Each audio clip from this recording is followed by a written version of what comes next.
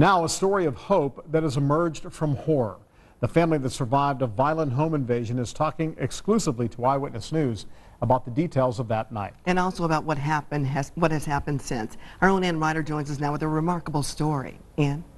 Well, I have spent a year getting to know the Potenza family, and I think you're going to want to pull up to the set here and meet them.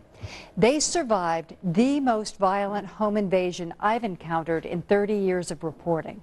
But what they did next is about the power of choice, a story of healing and hope to tell for anyone who is hurting.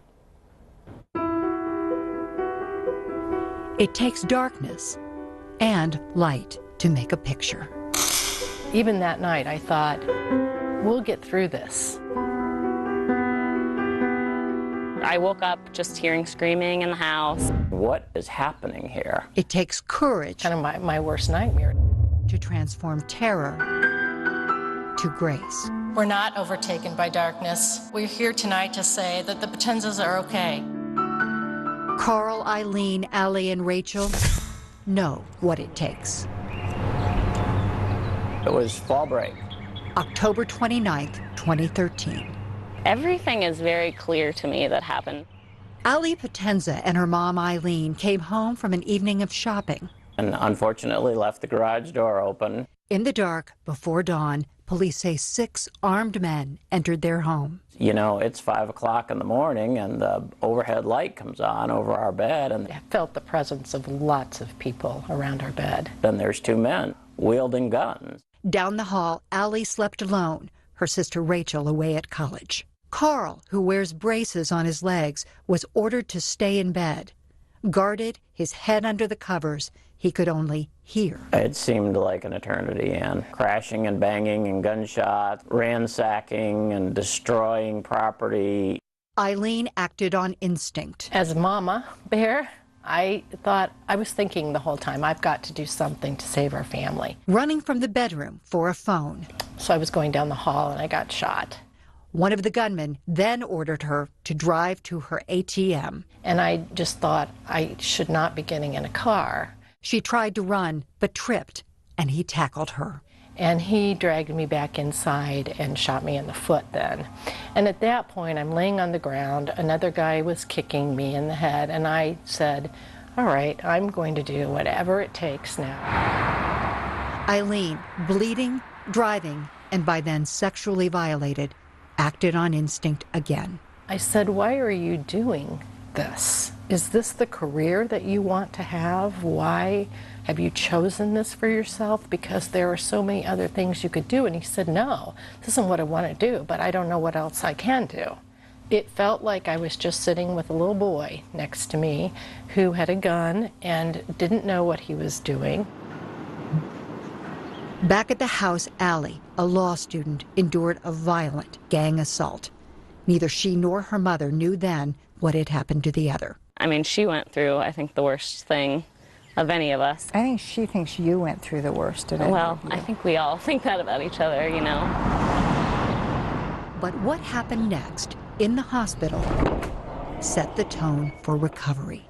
Eileen's telling jokes. Eileen's the one that's sort of comforting, you know, all the people that are around her. And I remember thinking, oh, my friends are here in the hospital. We all chatted, and it was just kind of a happy time. I know that sounds crazy. We are the Potenzas. Just 2 months after the invasion, We're here to talk about faith, family, friends. the Potenzas took the pulpit on Christmas Eve. There are people out there who don't have what we have. They are born into a different world than us, and there is absolutely no reason for that except luck of the draw. Now, a year and a half later, watching their own message for the first time brings memories, smiles, and pain. Especially for Rachel, who wasn't home and can't hear the details of what her family endured without tearing up. She's tormented by her imagination. I am going to be okay. How are they doing okay? You know, like, how could this possibly be when I feel terrible? I'm not doing okay. The family decision to move back home was pivotal in their healing. Donuts, donuts. A victim's advocate said the magic words. Yeah. Don't let these guys take your house away from you. You don't want them to win. And that was all I needed to hear. Even this house has become a visible sign of the healing.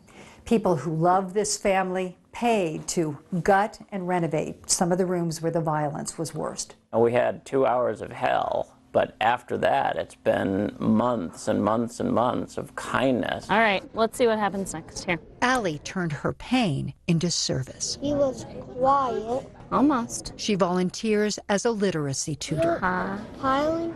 I feel like getting to kids at a really young age when they're so impressionable and could either go one way or another. The Potenzas realize they each have a choice when it comes to forgiveness. I have to say I'm struggling with the issue of forgiveness. You know, I've had people come up to me and say, don't you just want to, torture these guys? Don't you want to just kill them? And no, I've never felt that at all. I just feel more sorry for them than anything. The family says there was something else about that morning, something they cannot explain. I just felt the calm. I felt this sense of peace the whole time. I was just protected, I think, during that whole experience. You think maybe this would be the worst thing that could happen to you, and it doesn't have to be. The family Christmas photo, taken 2 weeks after the violence, speaks to healing. 1,000 words in just 5. Together we have it all. And they do. A postscript. Rachel, the brunette, is back at school now. She's feeling much better. Allie graduates law school this year, and her boyfriend has become her fiancé. Eileen was shot in the hip and the foot, but she is back to teaching school and changing lives one child at a time. Carl remains the quiet giant of the family, which he says mean he writes the checks. And as for those 4 men who were convicted, they were sentenced just a few weeks ago. Yeah, 4 of the 6, and they'll likely never get out of prison. There is so much more to this story, a lot of complexity here as to how they got from A to B. So some of our raw video, the interviews, is so compelling that we've posted it on our website. Eileen's encounter in the car on the way to the ATM. Rachel, whose interview is so real and so raw.